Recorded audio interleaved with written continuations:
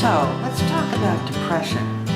Now, first of all, I'm not a doctor, I'm not a psychiatrist, psychologist, therapist, any of those things.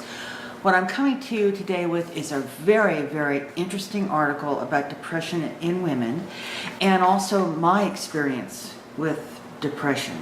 So I want to read a little bit of this. This comes from WebMD, and I don't know whether you've had a chance to look at WebMD for really anything. It's a great resource for medical, concerns, but there is an extensive article breaking down depression in different age groups, women, children, men. It's a good article, and what I did was I just spliced some pieces here and there. So having said that, I'm just going to kind of read some notations here that I've highlighted. Nearly 1 in 10 U.S. adults has depression, and the rate is almost twice as high in women than men. That is as of February 13th, 2018. One of the I'm just going to kind of read here. One of the findings that surprised us the most was that both men and women, about 80% of adults with depression, had at least some difficulty with functioning with daily life. Now, that includes going to work, shopping, taking care of your home, taking care of yourself, your own personal hygiene, taking your medications, eating, not eating, drinking too much. So, I went through a severe bout of clinical depression a number of years ago. And, a lot of people, if they see you're depressed or blue, go buy a new dress. That's going to make you feel so much better. Go have your hair done. That's what you need, is to perk up your life. Well, when you're clinically depressed, and that's a medical condition, it's not like, I'm just depressed. You don't feel like doing anything. And my experience was I didn't feel like doing anything. I slept all the time. Randy would leave in the morning and I would still be in bed. I'm sharing a lot of, maybe it's TMI, I don't know. He would leave in the morning and I'd be in bed and I would sleep all day long. I'd get up to go to the bathroom or get some water. I slept all day long. And when I knew he was coming home, I would get up and start functioning. I also would just sit there. If I was awake, I would do nothing. I would just sit. And that's not good, and so, I have experienced that. I've had to leave jobs because of depression, and all that was before, of course, I was diagnosed. But, a lot of people don't even know they're depressed. They just kind of go through life this way. And anyway, we need to kind of wake up and see some of the signs that we might have, that we don't want to just go through life. So, having said that, I'm going to continue here with my little article. The biggest, and this is what I was just saying, the biggest issues with depression are diagnosis and treatment. In most cases, primary care doctors are able to diagnose depression, but people often don't get adequate treatment in terms of medication or psychotherapy. And it's like I said, a lot of people don't even know that they're experiencing depression. And hopefully, there might be someone there in your life that can say, I don't know, I think you might be depressed. But if you can see the signs yourself, then you can, and there's no stigma. There should be no stigma about being depressed.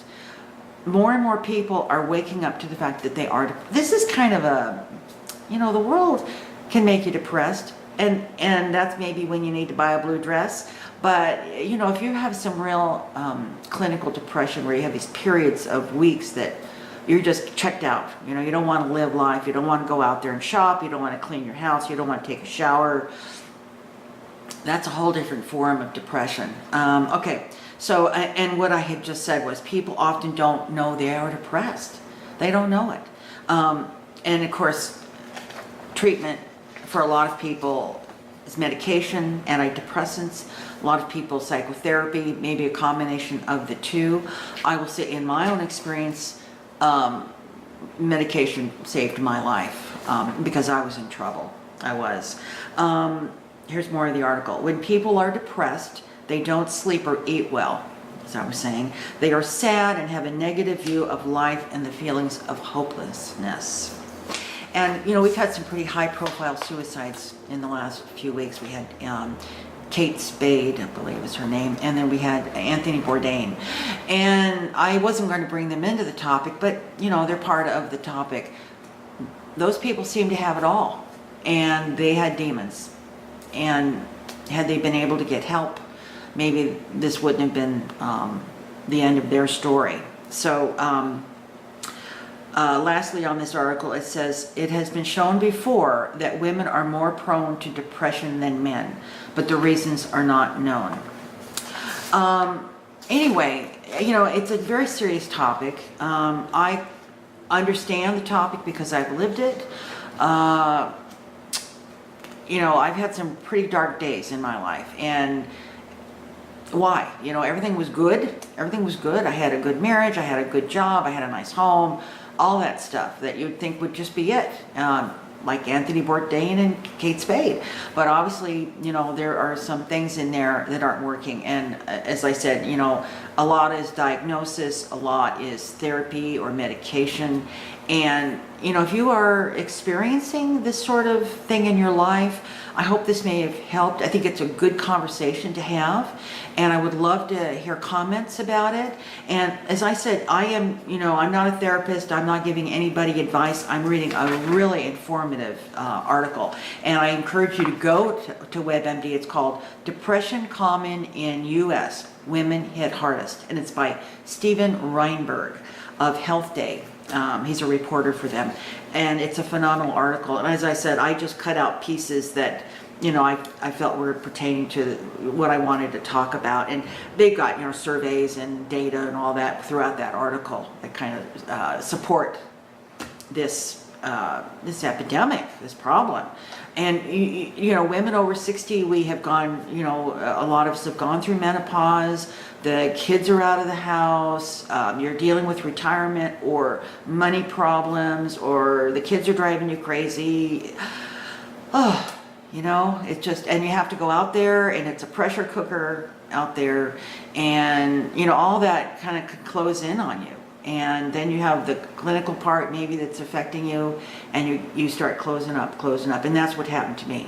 My world began to shrink and shrink and shrink and shrink until I was in this little hole, and I had to get out of that hole because it wasn't a good place. So there's encouragement, there's help out there, there's people who love you and want to help you, and this ends on a high note that you guys, if you're suffering from depression, there's help, and there's a lot of help, because this is a problem that's becoming more and more prevalent, and people are realizing there's no stigma. There's no, you know, oh, she's depressed. That doesn't work anymore. There's stuff that we can do to make it better for ourselves, and one of them is getting a doctor to help us, right? All right. I don't know whether any of you identify with that. I'd love to hear your comments, and I will talk to you later.